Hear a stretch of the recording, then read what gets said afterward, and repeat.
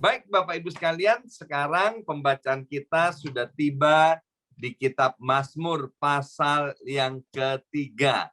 Mazmur pasal yang ketiga.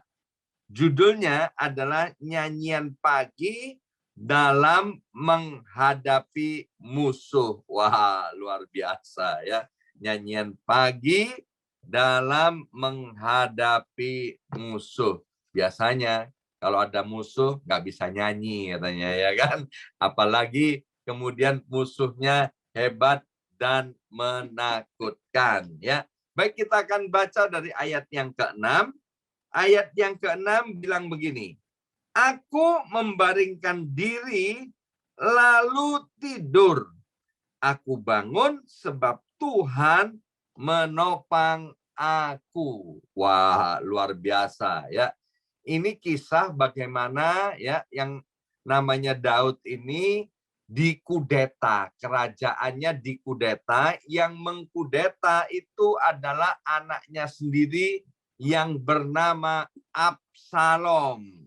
Kemudian kita tahu Daud itu dalam keadaan terjepit, dia terdesak karena Absalom itu membawa 10.000 tentara yang hebat-hebat dari Daud, sehingga Daud terpaksa harus melarikan diri. Dia tidak kepingin ada pertumpahan darah yang hebat sampai anaknya Absalom nanti bisa mengalami risiko kematian. Ya, maka Daud mengalah dan kemudian melarikan diri.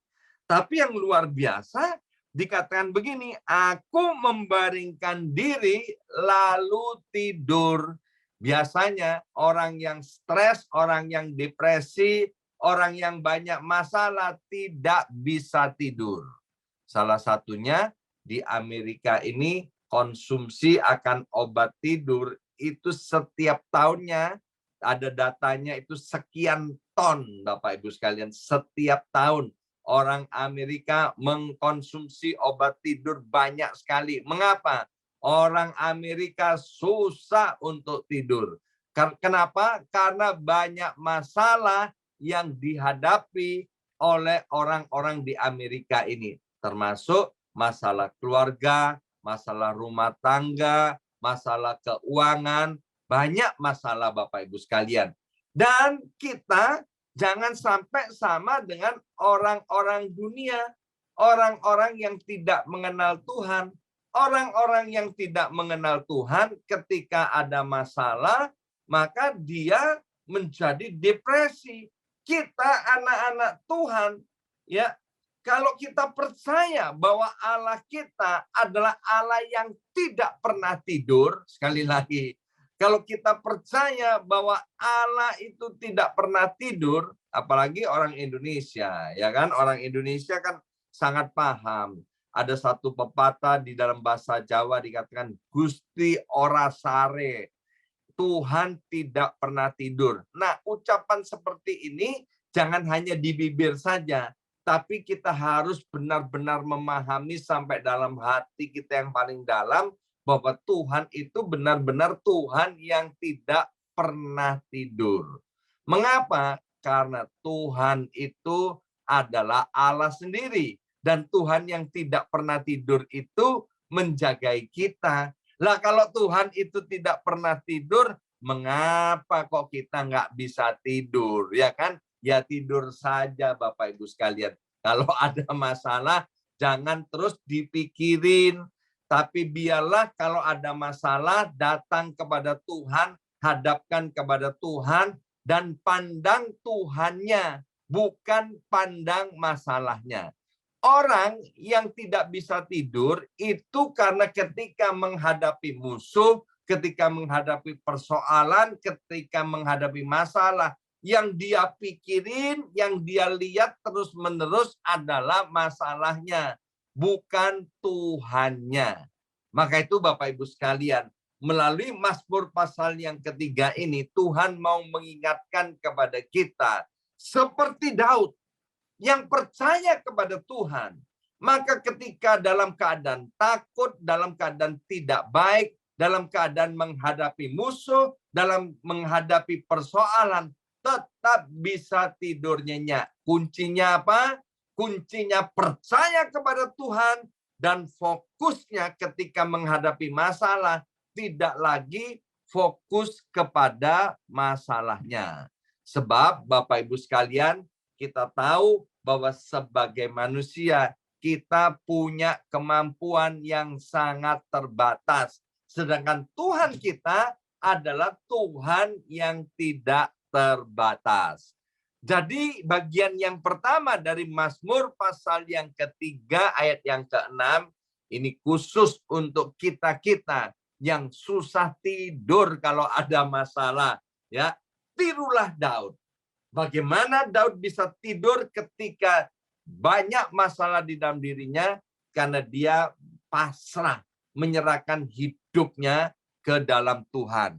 Bahkan tadi dikatakan, aku tidur dan kemudian aku bangun, ya kan? Jadi setelah tidur nyenyak, boleh bangun kembali dengan tubuh yang segar. Sebab apa? Sebab Tuhan yang menyertai dan Tuhan yang melindungi. Bapak Ibu sekalian, percayalah bahwa kita orang-orang yang percaya kepada Kristus Yesus Tuhan, kita adalah anak-anak Allah.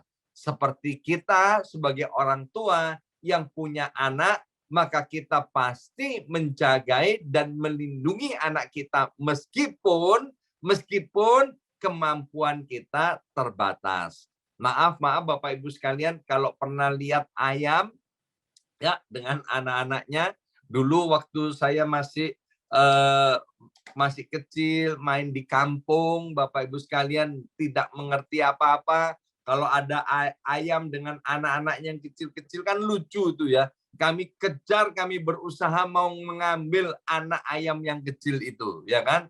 Tapi apa yang terjadi? Induknya itu, ya kan? Kemudian dia pasang sayapnya dan dia berusaha untuk apa? Untuk menyerang saya yang berusaha mau mengambil anak ayam. Bayangkan, itu ayam. Lebih-lebih Tuhan Allah kita. Maka itu Bapak Ibu sekalian, kalau ada masalah yang Tuhan izinkan terjadi kepada kita, fokuslah kepada Tuhan, bukan kepada masalahnya. Dan percayalah, Tuhan pasti turun tangan, Tuhan pasti campur tangan untuk menolong kita menyelesaikan persoalan-persoalan yang kita hadapi. Apa yang kita bisa kerjakan, kerjakan. Itu bagian kita. Apa yang tidak bisa kita kerjakan, serahkan kepada Tuhan. Tuhan itu yang akan mengerjakannya bagi kita. Itu yang pertama. Kemudian ayat yang ke-9 dari Mazmur pasal yang ketiga dikatakan begini. Dari Tuhan datang pertolongan, berkat-Mu atas umat-Mu. Bukan hanya berkat Tuhan itu datang atas Daud, tapi berkat Tuhan itu datang atas setiap orang yang disebut sebagai umat Tuhan. Daud dengan jelas di Mazmur ini dia mengatakan dari Tuhan datang pertolongan, meskipun waktu dia mengatakan ini pertolongan itu belum datang atas hidupnya atas hidupnya Daud. Maka itu hati-hati Bapak Ibu sekalian. Kita di dalam mengucapkan, mengeluarkan perkataan-perkataan dari mulut lidah kita.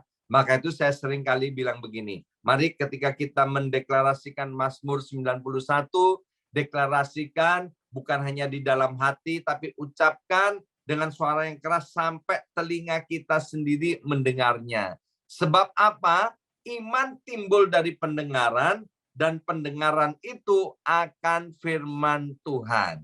Ketika Daud menghadapi masalah, ketika Daud menghadapi hal yang tidak baik, ketika pertolongan Tuhan belum datang atas Daud, tapi Daud dengan iman, dia berkata, dari Tuhan datang pertolongan. Dan nanti kita tahu akhir kisahnya, bagaimana Tuhan memberikan pertolongan dan kemenangan kepada Daud ketika dia dalam keadaan tidak baik. Nah, Bapak Ibu sekalian, dalam keadaan terjepit seperti Raja Daud, dia menyadari bahwa pertolongan itu datang dari Tuhan.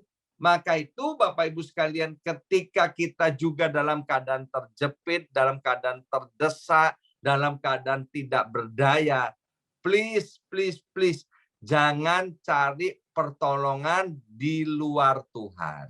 Ya, kalau Bapak Ibu pernah mendengarkan kesaksian bagaimana Ibu Yongki ketika dalam keadaan depresi, ketika saya meninggalkan Ibu Yongki, maka banyak tawaran-tawaran untuk memberikan pertolongan kepada Ibu Yongki. Ya, ada yang menawarkan dukun supaya keluarganya cepat pulih. Kemudian ada yang menawarkan tukang pukul supaya tukang pukul itu yang turun tangan supaya permasalahan keluarga dari Bu Yongki ini cepat selesai. Dan banyak tawaran-tawaran yang tidak alkitabiah.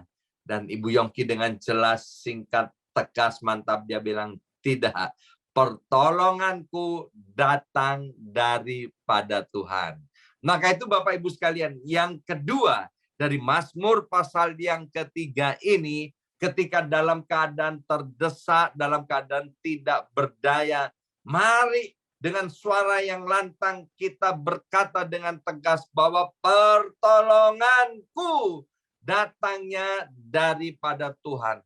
Arahkan terus pengharapan kita kepada Tuhan. Alkitab bilang begini, orang yang berharap kepada Tuhan, dia tidak akan pernah dikecewakan. Ya, maka itu Bapak Ibu sekalian, saya percaya tidak ada satupun orang yang menyebut dirinya umat Tuhan, tidak ada satupun orang yang disebut sebagai anak Allah yang tidak mengalami masalah dalam kehidupan ini. Itu omong kosong Bapak Ibu sekalian. Hanya orang yang meninggal dunia, dia tidak mengalami masalah secara manusia dagingnya. Maka itu Bapak Ibu sekalian, mari ketika kita ada dalam masalah, dengan tegas, dengan berani, dengan lantang, dan penuh iman, jangan ragu-ragu. Kita berkata, pertolonganku datangnya dari Tuhan. Sebab apa? Bapak Ibu sekalian tahu nggak? Tuhan itu tidak suka melihat kita, anak-anaknya, umatnya itu menggeliat-geliat kesakitan, menggeliat di dalam penderitaan, di dalam kesusahan. Tuhan tuh enggak seperti itu, Bapak Ibu sekalian. Ketika kita dalam keadaan sedih, Tuhan itu dapat merasakan kesedihannya. Ketika kita dalam keadaan menderita, Tuhan dapat merasakan penderitaannya. Karena Yesus Tuhan itu 2000 tahun yang lalu turun ke dunia ini, dia mengalami penderitaan-penderitaan yang dihadapi dan dialami oleh manusia. Sehingga ketika kita merasa tidak kuat, ketika kita merasa tidak mampu, Tuhan itu dapat merasakannya. Tapi mari Bapak Ibu sekalian, melalui Mazmur pasal 3 ini, jangan pernah kita menyerah ketika kita ada di dalam masalah, dalam persoalan yang membuat kita terjepit. Hari ini kita belajar dua hal dari Mazmur pasal yang ketiga ini. Yang pertama, mari Bapak Ibu sekalian, ketika kita ada masalah, jangan fokus lagi kepada masalahnya, tapi fokus kepada Tuhan. Tuhan mau supaya kita bisa tidur nyenyak. Sebab Tuhan itu, dia Tuhan yang tidak pernah tidur. Jadi ngapain kita ikut-ikutan tidak tidur, ya. Yang kedua, Bapak Ibu sekalian, mari dengan suara yang lantang dari mulut lidah kita keluar perkataan-perkataan penuh iman ketika kita dalam keadaan yang tidak baik. Salah satunya kita harus berani berkata bahwa pertolonganku datang daripada Tuhan. Ibu Yongki selalu bilang begini ketika dalam keadaan tidak baik. Tidak, keluargaku pasti ditolong. Tidak, keluargaku pasti dipulihkan. Dan Alkitab berkata, terjadilah seperti yang engkau imani. Terjadilah seperti yang engkau percayai. Amin. Mari kita berdoa. Kami mengucap syukur Tuhan. Melalui Mazmur pasal 3 ini Tuhan, Engkau mau agar setiap kami anak-anak-Mu bisa tidur nyenyak seperti Daud ini Tuhan. Ketika terjadi kudeta, keadaan tidak baik, Daud tetap bisa tidur nyenyak. Sebab Tuhan yang tidak pernah tidur itu yang menjagai, yang menolong, bahkan yang membela perkaranya Daud.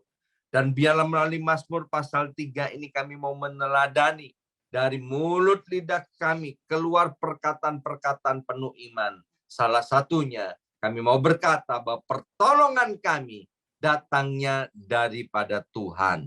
Terima kasih Bapak, materaikan siap benih kebenaran firman Tuhan ini.